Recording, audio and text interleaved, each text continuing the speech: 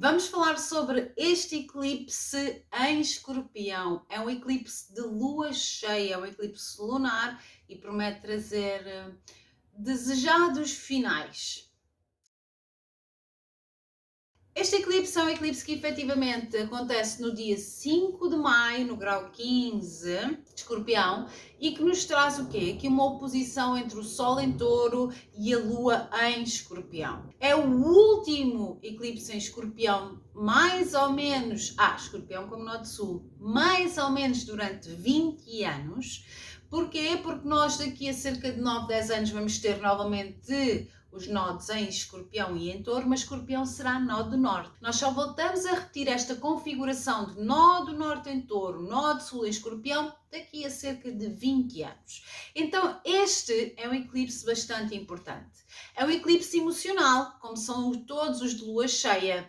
É um eclipse que nos vai prometer finais, eclipse lunar, que têm a ver com casa, família materna, fundações e que pede para soltarmos o quê? A energia de Escorpião como nó de Sul, que é a necessidade do controle, a necessidade do poder, da análise excessiva, do ciúme, de ver desconfiança, estar desconfiado com tudo e em todo lado, de ter dificuldade em confiar e em acreditar. De alguma forma, este soltar desta necessidade permite-nos evoluir rumo ao nó do Norte em Touro, que é tu vales por ti, tu tens valor, tu tens que aprender a cobrar o teu valor ou a valorizar-te mais. Ok, este eclipse tem outra particularidade, que é dá-se em conjunção a Urano. O Sol está perto, além do nó norte, do Urano, o que faz com que haja uma demonstração quase que imediata de tudo isto que nós vamos falar hoje. Eclipses que estão próximos de Urano ou de Mercúrio têm demonstrações muito rápidas nas nossas vidas,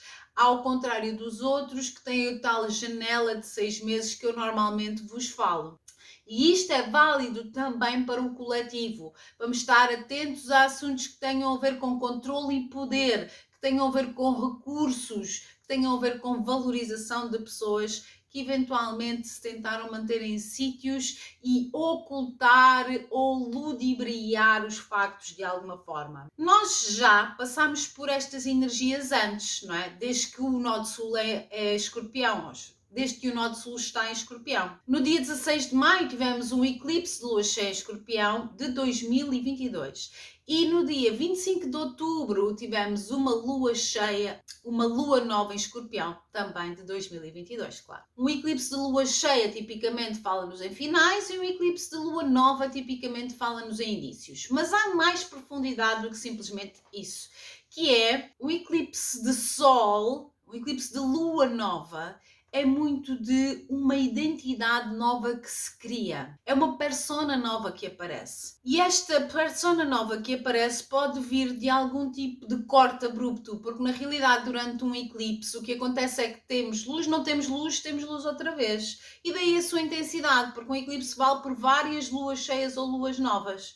Então, existe efetivamente esta necessidade de muitas vezes nós, para conseguirmos aceitar que somos uma pessoa, temos uma identidade diferente, termos uma zona de disrupção na nossa vida, por mais dolorosa que esta seja.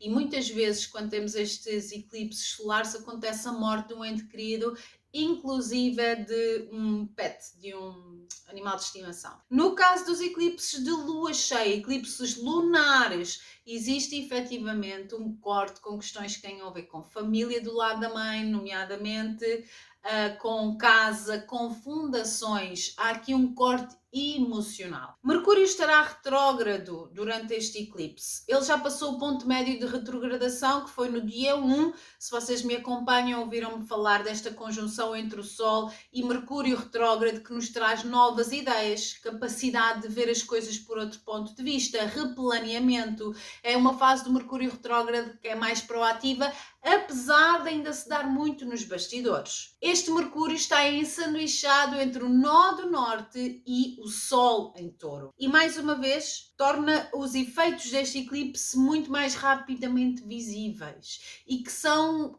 acontecimentos que, apesar de serem rápidos, são privados ou não são tornados públicos. Imagina que acontece alguma coisa na tua vida que na realidade tu ainda não podes contar. que recebes alguma notícia ou alguma novidade que é importante, mas que ainda não podes contar. É isto que Mercúrio retrógrado vai fazer durante este eclipse. Quando olhamos para eclipses, olhamos tipicamente para os regentes tradicionais e neste caso é Marte. Marte está em Caranguejo Câncer, Marte está no mundo das águas e pede-nos para lidarmos com as nossas emoções, com a nossa nostalgia, lidarmos com assuntos de família, assuntos de casa, com a vulnerabilidade que é necessária muitas vezes para nós colocarmos as nossas inseguranças, as nossas emoções para fora, para dar assim oportunidade às outras pessoas para nos conhecerem melhor, para nos aproximarmos.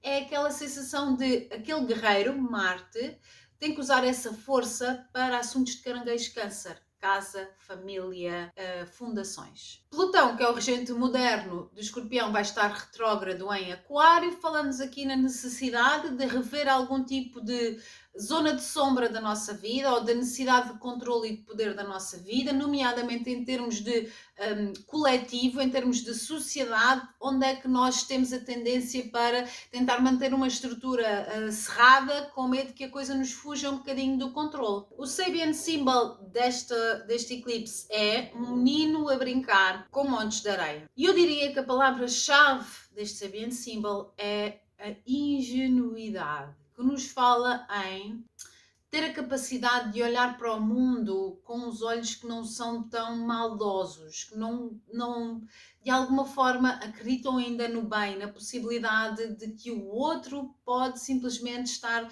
a fazer as coisas para te ajudar, na possibilidade de que tu podes ajudar o outro de forma desinteressada, naquele olhar ingênuo de uma criança que parece que vê tudo pela primeira vez e de como seria bom nós podermos, cada vez que algo acontece na nossa vida, ter esse olhar de novidade. A novidade quando olhamos para uma planta pela primeira vez, quando vemos uma criança pela primeira vez, quando provamos uma comida boa pela primeira vez, porque não há como saborear as coisas depois da primeira vez, não é? Não é igual. A intensidade, a emoção não é igual.